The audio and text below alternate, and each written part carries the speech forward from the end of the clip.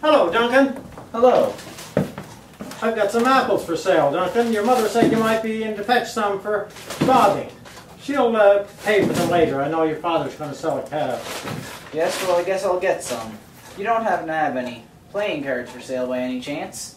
Yes, I do. Are you sure? Playing cards. The devil's books, I'd call them. I'd just like to purchase some playing cards. I don't believe in all these geishigan, these superstitions. Cards, you say? I'm quite good at cards. Would you like to play a game? Maybe I would. What would you like to wager?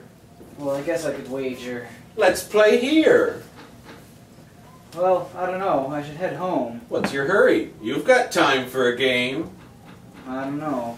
I should probably head home. You've got time for just one game! Yeah, go coach a hug. Here, Stop! here's some Holy Stop Spirit. it! Stop it! Stop! Dear God, be with us tonight. Help, Kathy. Get yourself home, Duncan. Never mind those playing cards.